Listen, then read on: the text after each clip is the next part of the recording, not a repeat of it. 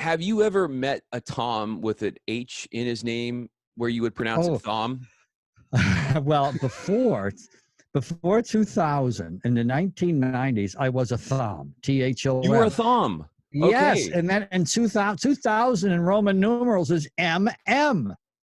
So for the new millennium in 2000, I switched my name from THOM to TOMM, just to start new for the new century. So you had like a complete transformation. Yes, I did. Or was it just a name change that you shifted? It was just a superfluous M, like Marky Mark's third nipple. Just put an M, superfluous M there. I like it. Yeah. Well, part of this 21st century. There's a lot of phony extra letters in a lot of people's names. John F. Kennedy had a fucking H in there. What are these Johns? These Johns with the H's are making fun of my extra M. Get that H out of there. It makes absolutely no sense. Yeah. It does. Sarah with the H at the end. Get that H out of there. I know. So there's a lot of people with extra letters that make fun of my extra M. They say in journalism, keep it short and succinct. And when you have names like that with unnecessary letters, it defeats the purpose. Yeah, that is true, but you don't need to worry about journalism. You're a sportscaster. Stop it. You are the star. You've also, you're a dentist. Well, on television. Dentist, yes. Yes, my last two commercials, I was a dentist. And because my agent he's just so creative, also played a sportscaster. I saw that. Yeah, and I had a March Madness commercial, a follow-up for Wild Wings that was supposed to run during March Madness.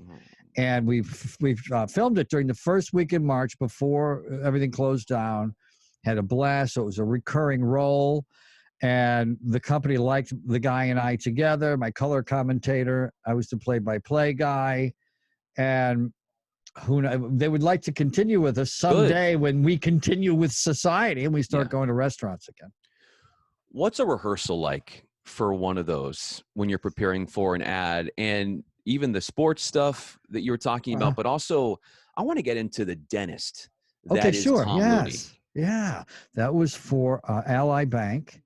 And it was really cool. And I didn't know they were national. I didn't know they were national commercials. I thought it was like in Idaho or something, and then was stunned during March Madness again when it debuted last year. And it was one of the great things was after 15 years at Fox Sports Radio, the JT the Brick Show with Tomm Looney on Fox Sports Radio was canceled. And so I thought, well, I can be a little more rigorous going out to acting auditions again.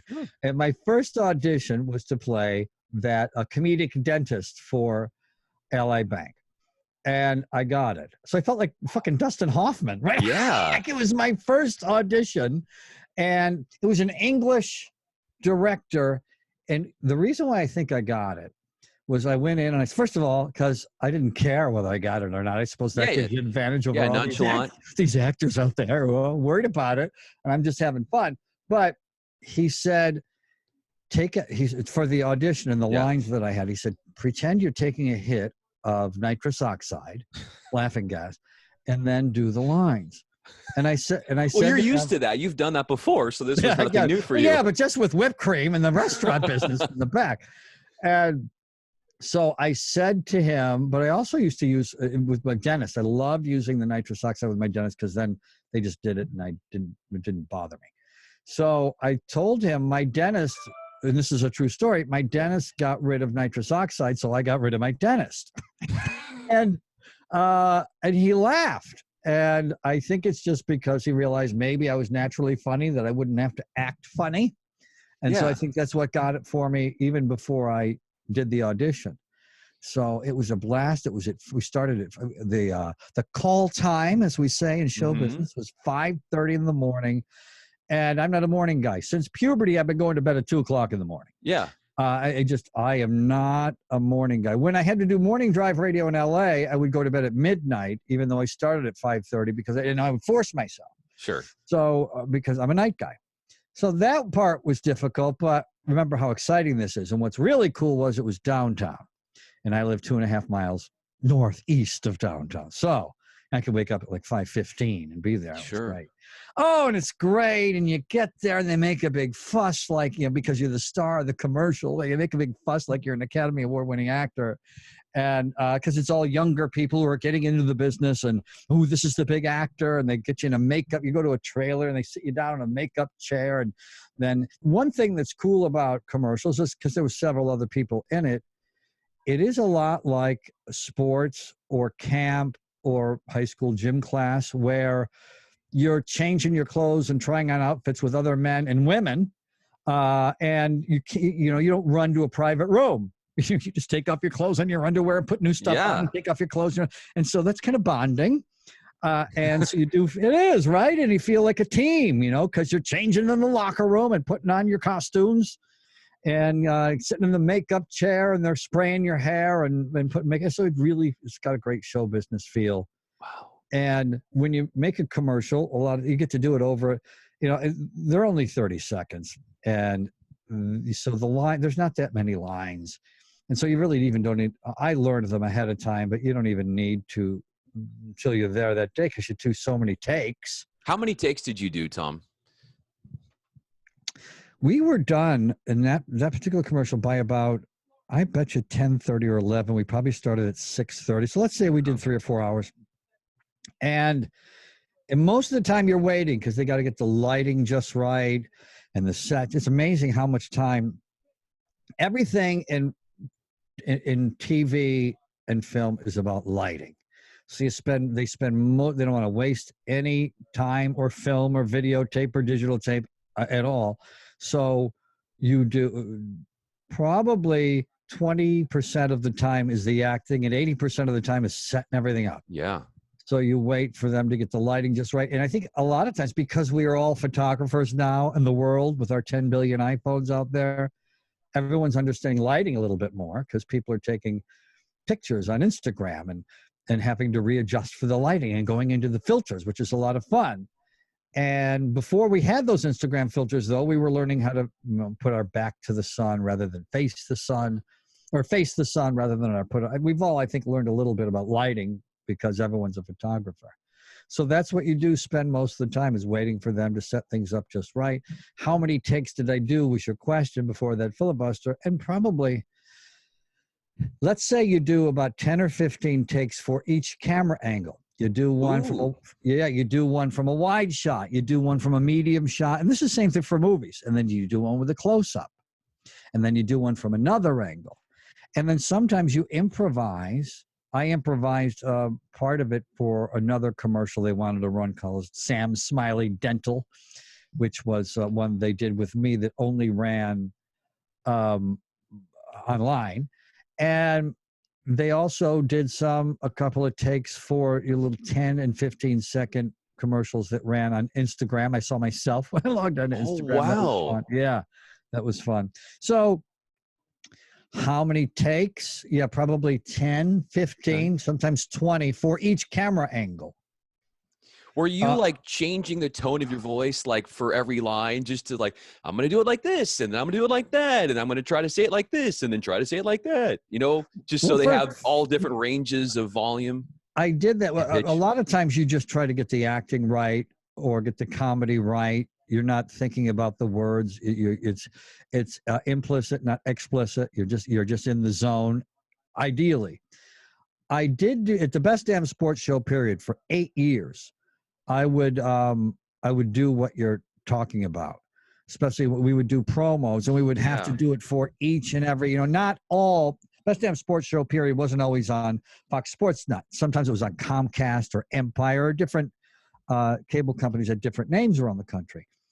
And so a lot of times I would give them tonight at 8, tonight at 8, tonight at 11, and then after the game, you give them a bunch. I'm Tomm Looney. I'm Tomm Looney. I'm Tomm Looney. And so you do, when it comes to that, you give them, with acting, you give them different versions, and then they try to pick the best. And a lot of times, if you're watching a movie, they'll keep something that's real and something that's a slight mistake to keep it real. Like, let's say two people, if two people there, someone hands the other a cigarette, but then accidentally burns him and then, hands it to him. But that was by accident. They keep it because it's real. So you'll see that sometimes they will keep, if you watch closely, some things, somebody bumps into a door. Yeah. And if they don't come out of character, sometimes they'll keep it, just as a couple of examples. But I was going to say, I heard that Leonardo DiCaprio did that in Django Unchained when I think he bloodied himself with something and he wasn't supposed to bleed in the scene. And kept going. They kept going and they used it. Yeah, that's absolutely. A good actor keeps going. You don't stop. You just keep going because because sometimes mistakes are real. We bloody ourselves up in life, or we trip when we're walking down the stairs. Or I thought the funniest, this was probably intentional, but one of the funniest things I saw in a movie recently was in Joker. Okay. And when Joaquin Phoenix gave a big speech to some guy outside. I don't remember who it was. Maybe it might have been a police officer, just telling a police officer, screw you, took the hit off a cigarette, turned around, strutted back into the hospital, and ran into a closed door because the glass was so clean. He didn't realize it was a closed door. Wow. And I don't know if it was real or if it was on purpose, but it was this great, very funny moment because he had just been acting like a tough guy with the cops and then turned around and ran into a door. Yeah. And I don't know if they kept that on purpose, if it was a mistake, or if they left it, or maybe it happened once and it was a mistake and they kept doing it. But it was stuff like that they keep in movies because it's real. Or in commercials. Yeah. Tom, I know as an actor, you've played, like we said, a dentist, you've played sportscasters. I don't know how much, and maybe you have played a love doctor, but I need some of your advice here. Okay. I'm dealing through a very challenging navigating the rivers of dating in Los Angeles, and it can be very challenging. They always say, if somebody's got game, and the only game I have is on the golf course. Right. And my approach shot to dating is not very good. And so somebody that played a dentist on TV, I'm thinking that automatically qualifies you as a certified life coach. And so I wanted to ask you, why is dating in Los Angeles so challenging? Dating on the planet is challenging. Give yourself a break. It doesn't come with a location. And the language of romance and sexuality is challenging in life, period. So you're being too hard on yourself. How old are you? 31. Yes. And so the fog will start lifting soon, believe me, because sexuality is a language that you kind of start to learn as a teenager, but it's like taking on Chinese, if you speak English. Yeah. And you're taking on a whole new language when you're 15. And you don't really start to think in that language thoroughly until you're about 30. So first of all, this language of romance and sexuality will get better for you now that you're into your 30s. Don't judge the location like the people are like the women are going to be any harder to seduce in Los Angeles than they might be in Saudi Arabia. I think Saudi Arabia, think about how hard it would be there. Very true. So you might be a lot luckier that you're here in LA. The first thing I would do if I were you is I would make sure that I always had my TV reel available on my phone. I feel like you've done this before. This is like your trademark. Yes. Have you heard of me? Have you heard my voice? Do you know who I am? At 97.1, the FM talk station. Before I worked there, I was a guest with Tim Conway Jr., and he was talking to it's the Conway and Steckler show. And he was talking to people about what was the song that was playing on the radio the first time you did it. An FM talk. It was FM talk. You talked about your favorite donut shops and masturbation. So, and which was perfect format for me when I soon arrived as a talk show host there later. But as a guest, I was a guest that day, and it was funny because at Penn State, I was a rock jock in State College, making money on the side as I was going to school. It wasn't the college station; it was a real professional radio station. Political science major. So it was me. So the first time I did the little hobble-do-gaga, I was playing a tape of myself. It was my air check. It was my air check of me. my God. Well, people in our business, nothing we love more than the sound of our own voice. We're the 1% of the 1% that hears our voice in these headphones or coming out of a speaker. Sure. And says, wow, that sounds great. Most people Yeah. shudder at the sound of their own voice, but we are different. We love the sound of our own voice. So you have the gift of gab. You've done TV work. What's more important than being on television? You're in Hollywood and you've got TV work. TV people are better people, Bryan. So you think you're already starting out with such a better game right away because of those two things. And you've got the gift of gab. You talk for a living. You've been on television. So get in the game, Bryan. You're already in the second quarter if you're on television. Come on. From time to time, when sports get back, hopefully that'll be more. Yes, from time to time you're on television, but you don't have to say that. I'm on TV. Because that's just tell the truth. I'm on TV. Yeah. So, Tomm, I think, though, when it comes to dating, I was doomed from the start because, we all remember our first kisses. Mm-hmm. Mine was anything but glorious. It was my 4th grade music teacher. What was his name? Sorry. I get a big kick out of myself. I literally gave her a Christmas gift. And it was like, a lot of the students would give their teachers little gifts or something. Right. And so there were like other kids that did this too. And for some reason, she felt like she wanted to plant one on my face. And it was one of the most horrifying moments of my life because she planted, she gave you a kiss on your cheek or on your lips? It was, I can't remember, to be honest with you, but it was close. It might've been on the lips. Was it supposed to be probably on your cheek, but she misfired? She misfired. Yeah. And it was that people saw it too, like my peers, and that made it worse. And so I feel like I got a bad vibe from my dating ever since my 4th grade music teacher planted the first kiss.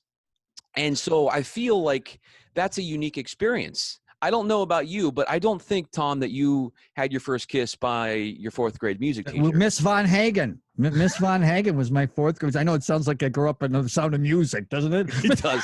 Well, you did. You've been around in a good way.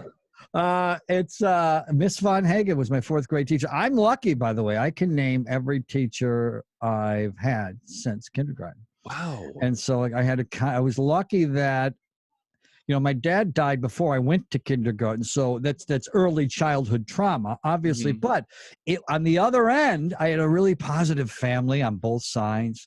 No confrontations at Christmas or Thanksgiving or birthday parties or anything. There was no one ever getting drunk and no one calling the police. It was not these things you hear that might happen in other families. I was lucky between my family, I went to a Catholic school where people were kind, and so my trauma was not enhanced by my school experience, and I can name not only every teacher since kindergarten, but by sight or if I saw a picture. But I have my kindergarten picture up in my home, so when new friends walk in, I can go over the picture. I can name everybody in my kindergarten picture. Wow! And I let new friends know that I keep friends. And I use that as that they're stuck with me, that I use that as an example.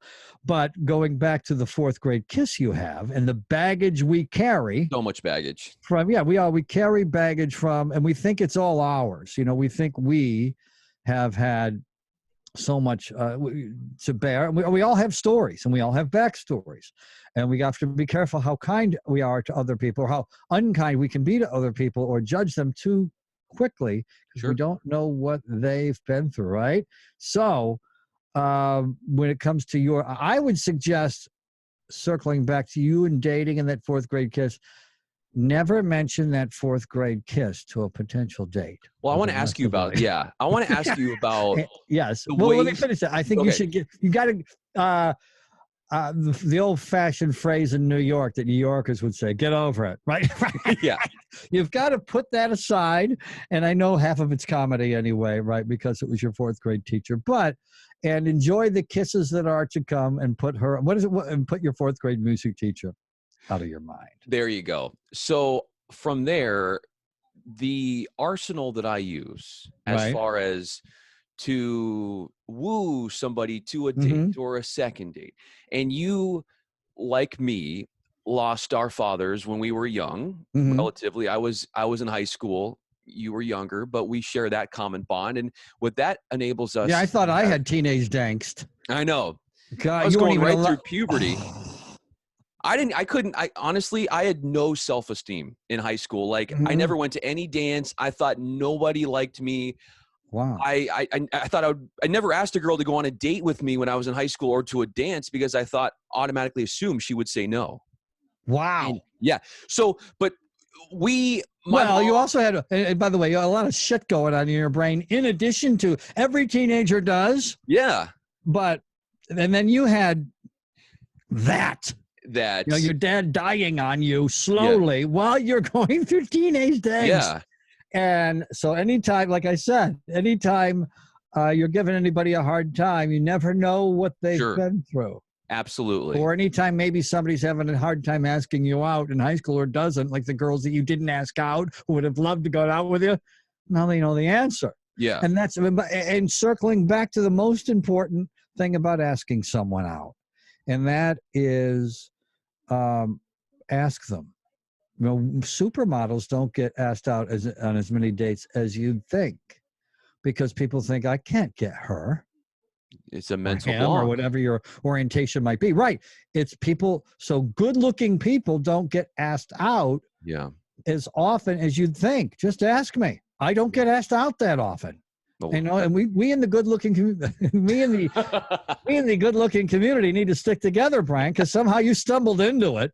I don't know how awkward you were as a teenager, but all of a sudden you're part of the handsome community now. So step it up. My pimple-ridden face. So your mom, my mom, very empowering women, right? When you are grown up in a single parent household, you develop those traits, seeing your mom and idolizing her and her ability to keep everything as normal as possible. And so when we go to, for me, a date, and I'm trying to think of ways to impress a girl. You might know this.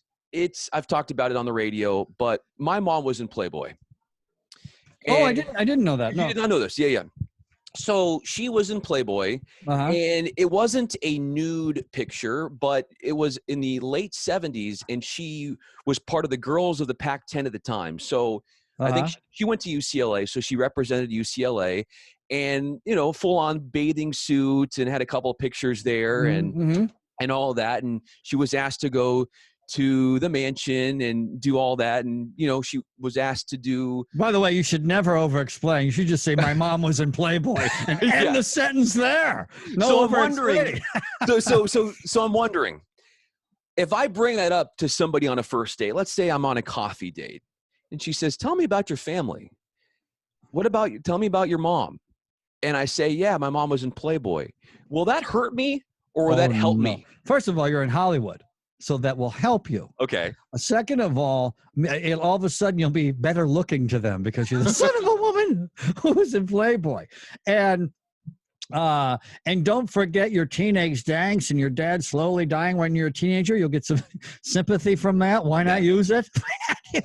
Why not? It's true. And it's true. It's because you're not really using it you're not using it to get votes or anything else, but maybe you should, because then people would know you're an empathetic character. That's why I think gives all of a sudden Joe Biden some people are looking for somebody with empathy. And his wife and children died in a car accident when he was 34, left him with raising two boys.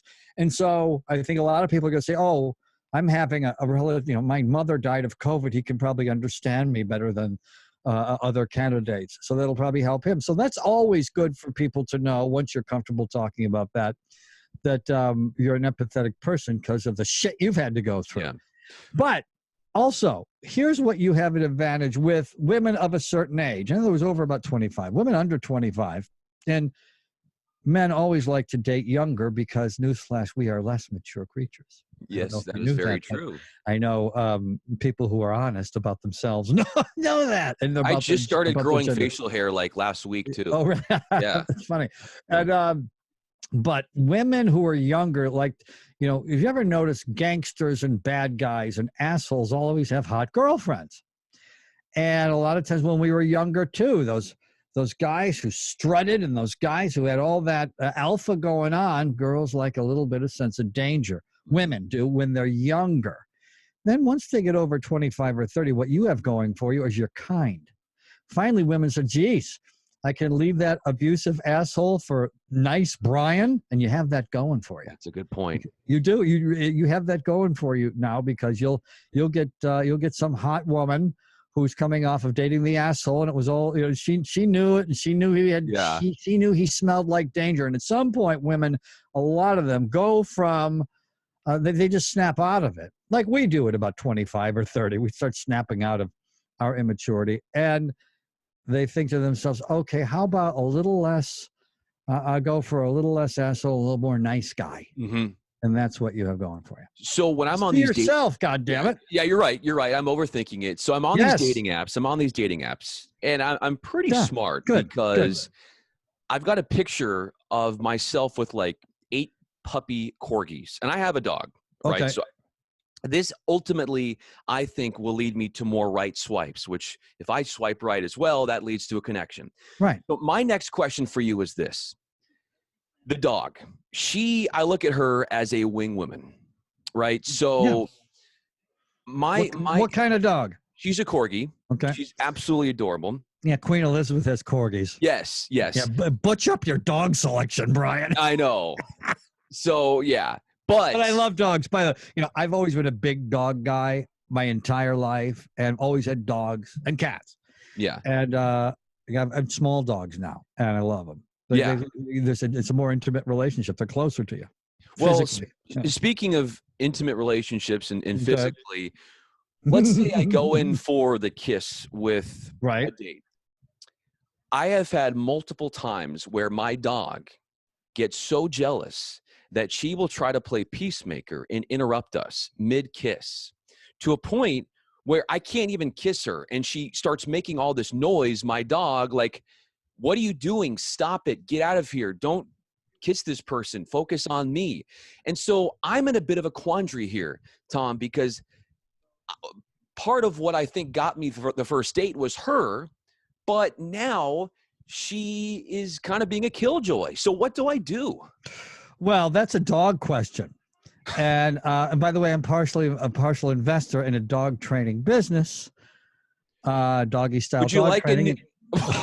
And it is in Highland Park, California, northeast of downtown Los Angeles. And so I can turn you on to somebody who can take care of that problem, because that's an easy fix. Yeah. You know, you tell the dog not to, Bryan, and that's so you have to make sure that you are in charge and not the dog.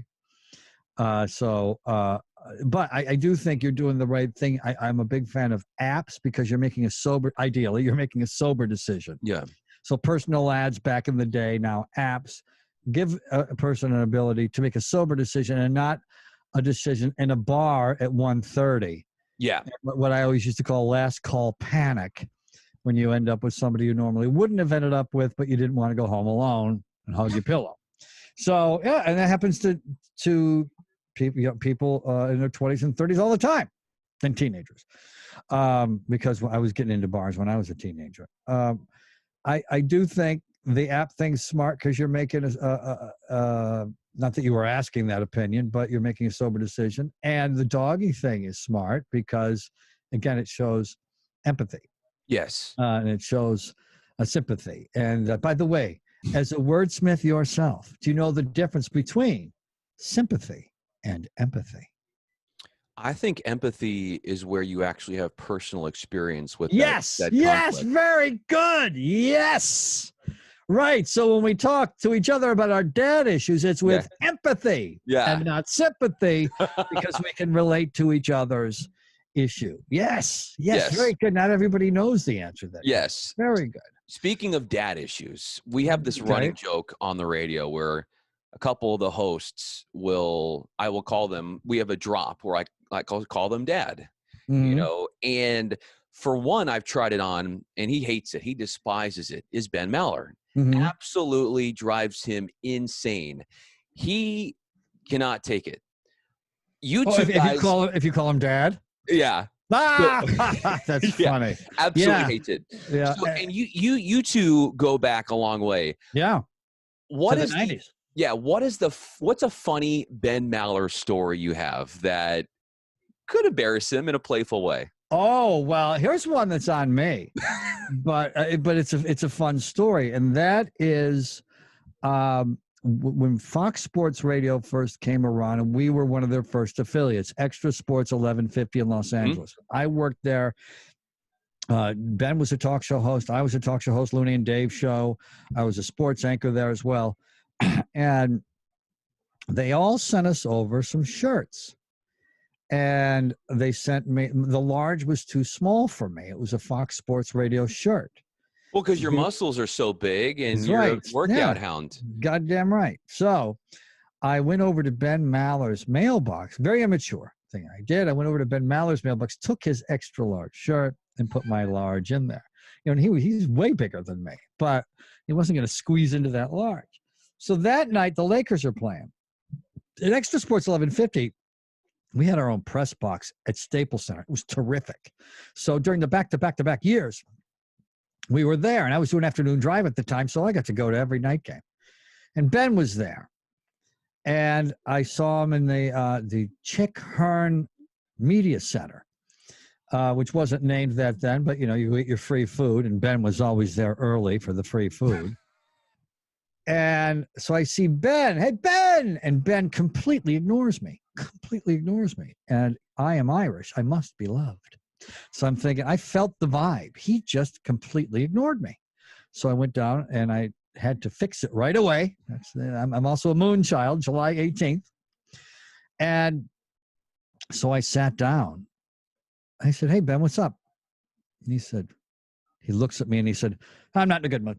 And I said, why? And Ben said, some asshole at work switched the shirts. And he looked straight at me. Well, first of all, what's upsetting was he had no proof, right? Yeah. He couldn't figure out. There was no cameras back then, 1999. He had no proof.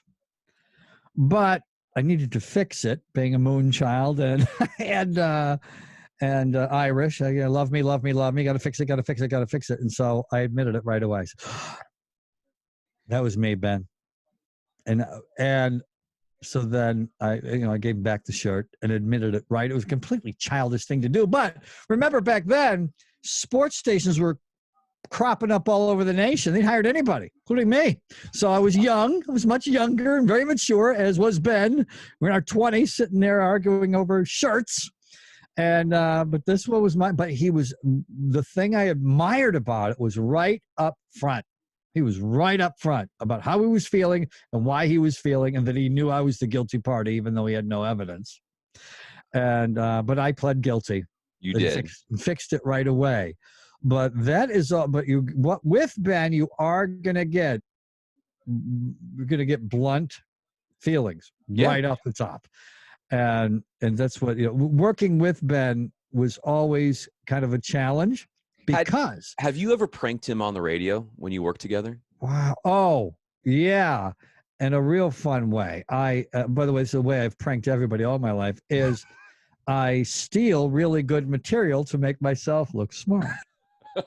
Whether it's from George Carlin up here or Ben Maller down here. We did a show called the Fox Sports Blitz Package, which was an NFL show. And we had such good chemistry, they just kept it going through baseball season. So we did it year-round on Sundays. And so the first Sunday we were doing a baseball show together, we were meeting before the show and talking about different things. And they were our executive producer at the time, Raj Groves, who now works at ESPN, those two were talking about some Dodger trade. And Dodgers got some prospects.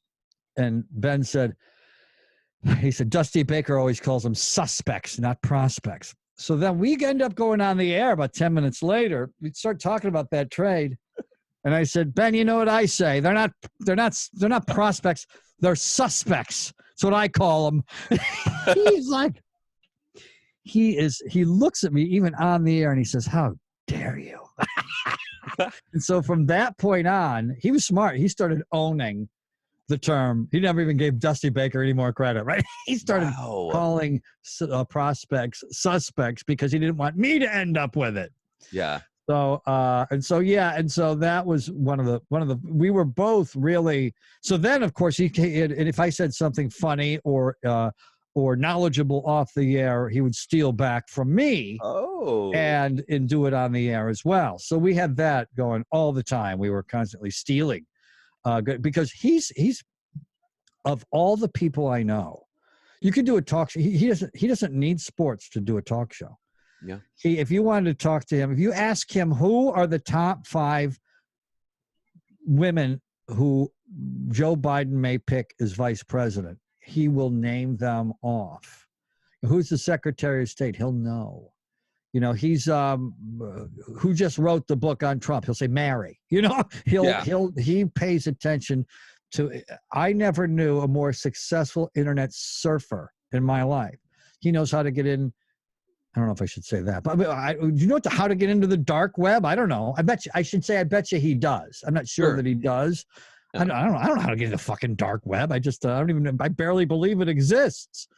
But he's really one of the great internet surfers and consumers of mass information of anybody I've ever met.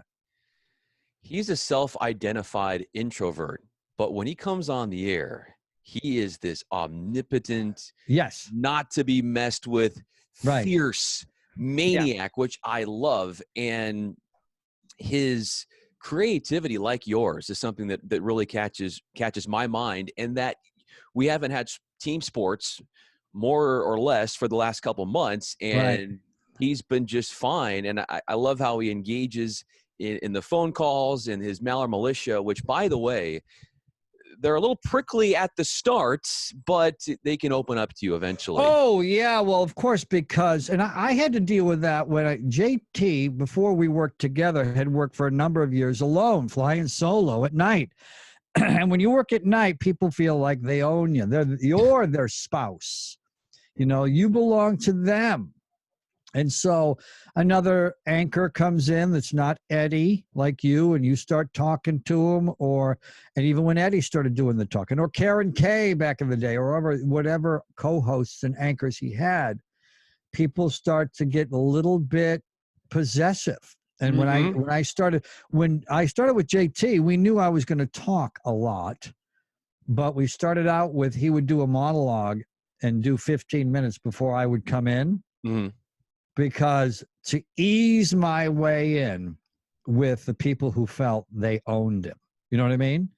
And to make it for public relations purposes, we eased me in because we thought that would be a better way to do it, instead of having me interrupting him 2 minutes into the show. So the same thing, with Ben. His militia can be almost like the Howard Stern militia, the Howard Stern, the Baba Booey crowd that can send you a message and tell you you suck.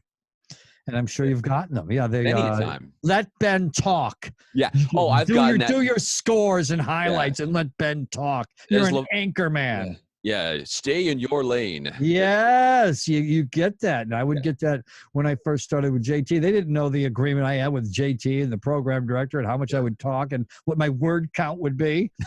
But so they would say, you're an update anchor. Shut up.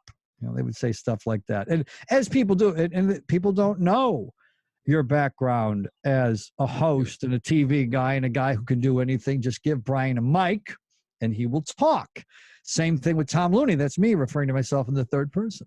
You do that more often than normal people do that. Who does? You refer to yourself in the third person a lot more. And I don't know if that's a good thing or a bad thing. It's never a good thing to refer to yourself in the third person. I do it tongue in cheek. Okay. So there is a difference. And sometimes, as you know, with the spoken word, people don't always know that. People take a lot of stuff literally. Mm-hmm. But my theory in broadcasting has always been kind of a George Carlin theory: smart for the smart, simple for the simple, silly for the silly, and weave it all together. And George Carlin would do this outstanding, brilliant social political commentary and mix in fart jokes and fat jokes and the 7 words you can't say on television: shit, piss, fuck, cunt, cocksucker, motherfucker, tits, and then work all that in to some great social political observations and humor. And I always thought, great, because we're broadcasting, I always thought, and whether, no matter what the format, it's always great to do smart for the smart and not explain it. Just let it sit there. That's to impress the program director for when you need another job, right? And simple for the simple, silly for the silly, because it is, it is sound you're using. And so, it's in America, it's a quilt. Bring everybody in. Which is difficult at this time because we're so divided in this country, where we wish we had that big quilt on. And you had a recent podcast where we're talking about politicizing stuff that should not be politicized. Right. Whether it's wearing a mask just to get us closer to having sports back sooner rather than later.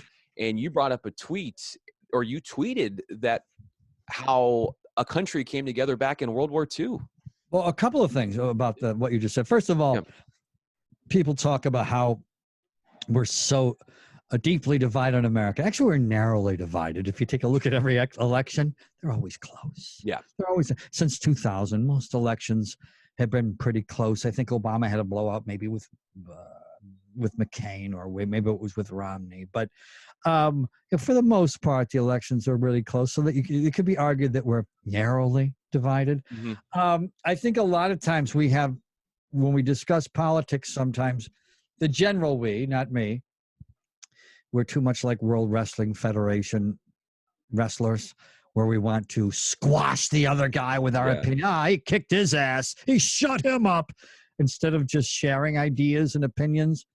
But I grew up in a very conservative hometown, Elmira, New York, which had major inconsistencies, as human beings do. Our strip club was next door to McDonald's on Main Street.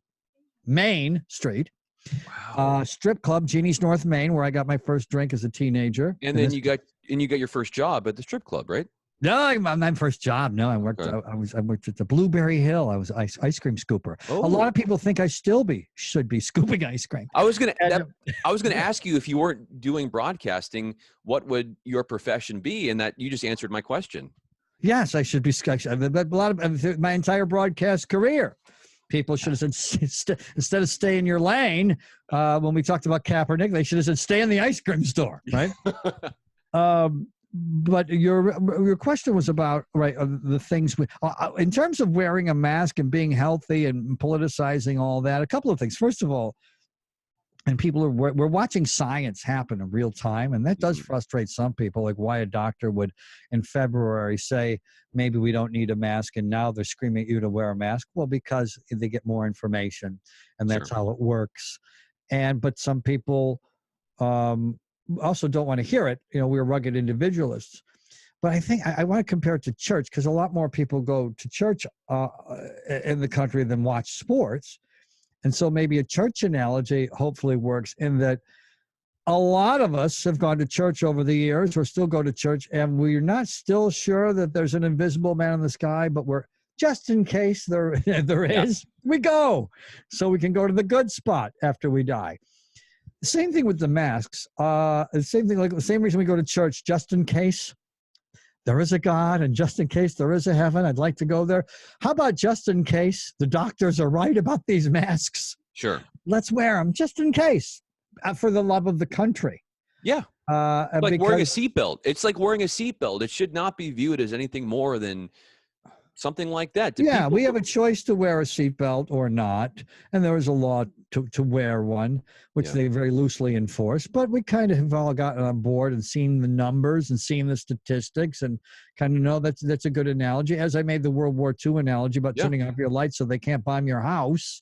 Yes, you have a right to leave your lights on, but turn them off so they don't drop a bomb on your house. And so I just think that it's even if they're not right, let's try it, because we're not doing something right when it comes to that. But so I do think, though, when I mentioned about where I grew up, so I can easily laugh and talk to anybody about politics and not get upset. If I don't agree with somebody political, I don't get upset. That's some of my people. I grew up in a socially conservative area, and I know and love plenty of people who voted for Trump, and I didn't, and big deal. They're wonderful people. And so I think that we have to be able to laugh. My friends who voted for him or would be more likely to vote Republican, even if they didn't, can laugh at when he does something silly. Just like if I like a politician and they do something silly, we have to be able to admit it, not defend the indefensible. Yeah. If Clinton sleeps with an intern, you got to be able to say it's wrong, just the same way, and not defend it. The same way if Trump sleeps with a porn star, you can say it's wrong if you think it's wrong, and not defend it. Don't defend the indefensible. They're not. Yeah. I always think of falling in love with a politician as like falling in love with a stripper. I don't know if you've ever dated a stripper, Brian. I have. And let me tell you. Yeah, let's let me tell you this. Well, let me tell you this part about it. I'll give you this. It's fun. Just like politics is fun. And if you fall in love with a politician, it's fun. Just like falling in love with a stripper is fun. But you do wake up one day and your wallet's missing. But you knew what you got into. So just realize that with politicians, they will disappoint you at some point, because their job is no different than a stripper. No different. What is their job? Give me money, baby. Money. Right. Yeah. With a politician, you don't stuff the money in their Speedo. You write a check. But there's or their bikini, depending on their gender. But you write a check, but eventually they're going to disappoint you. And if you look at it with that sense of humor, as I do, and that perfect analogy, which is perfect, politicians are professional strippers. And by the way, in the interest of manners, not political correctness, manners, they're no longer called strippers, Brian. They are go-go girls and go-go boys. Yes, at my gym. I learned something today. Yes, my good friend Ivano Bundle is a go-go boy. Okay. And he dances, and he's straight, and he dances in gay bars. So people will stuff $5 bills in his Speedo. Oh, wow. And that's something that, God, I love these millennials. That's something that has changed since I was a boy.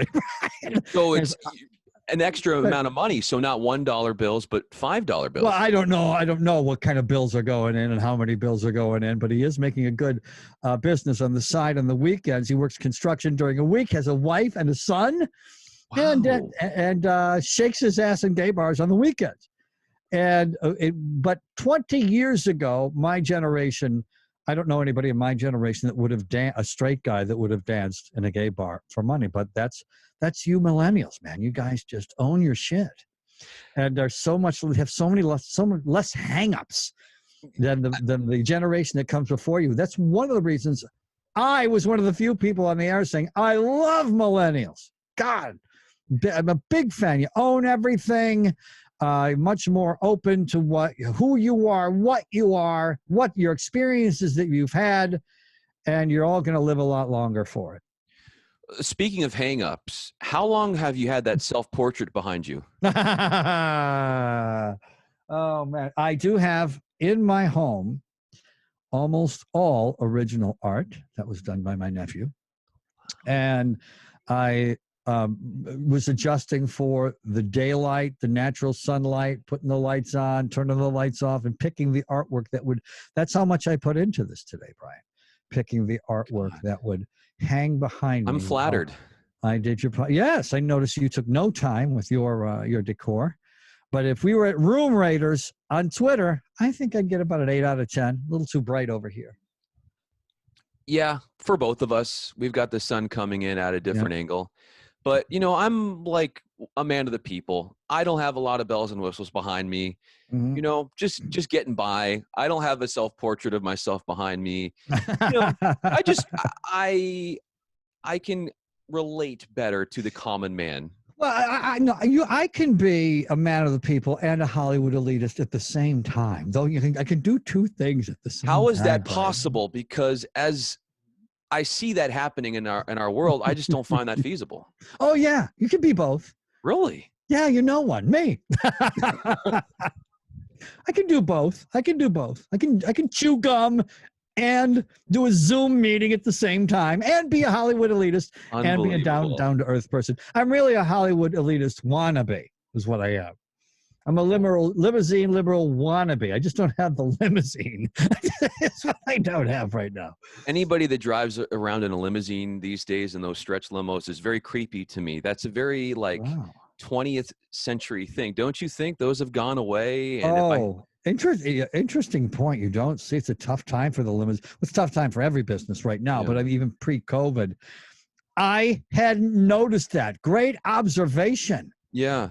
It was a big thing in LA for a long time. By the way, even poor people had limousine, and people with little means, limited means, would get a limousine for their wedding, for their prom. And our proms, we just took our parents' cars or were driven. But in LA, no matter what ethnicity, no matter what socioeconomic background, everyone took a limo to anything important. And now you don't see as many limos. It's socially looked down upon right now. Like if I saw you coming out of a limo, I would think that you were a clown and that you were actually putting on a clown show for like a kid's birthday party. But yeah, I mean, that just might be my take, but I think I'm kind of right because I usually am, especially when it comes to anything about you. I would I went to 40 fights in Vegas over the years. Okay. Shilling for HBO and Showtime, and I would do it all over again. It was one of the great perks of being a sports talk show host. And goal visualization, because when I was younger and wrote down goals, one of them was going to world championship fights and sitting ringside. So it was also wonderful for me to visualize and achieve that goal. And I would land in Vegas, and Showtime usually ordered us a car. Wow. Showtime and HBO always competed with how they treated us. With HBO, sometimes I got a better room. With Showtime, I got a better car. And it wasn't my car, but a car service would pick you up. But now that you mentioned it, a lot of times it was a stretch. That wasn't a stretch. It wasn't always a limo. It was like a Lincoln Continental or a Lincoln Town Car. But it wasn't a stretch. I think it was just one of those observations, like knee pads in the NBA, where they all just disappeared. I never noticed, but the Martians come and take away the limousines. I don't see as many. When I was a kid, the posters of Dr. J and Magic Johnson and Larry Bird, they were all wearing big puffy knee pads. And then at some point, aliens came and took all the knee pads away, and they disappeared. And nobody at any level, high school, college, or pro, wears those big puffy knee pads anymore. And nobody can answer my question why. All these years. Because what? They would say they reduce circulation or something over there? No, it's because you took them all. You used them. I'll leave it at that. Very good. Very good. Tomm, this was a lot of fun, man. It was. Thank you so much for doing this, and would love to do it again. Okay, good.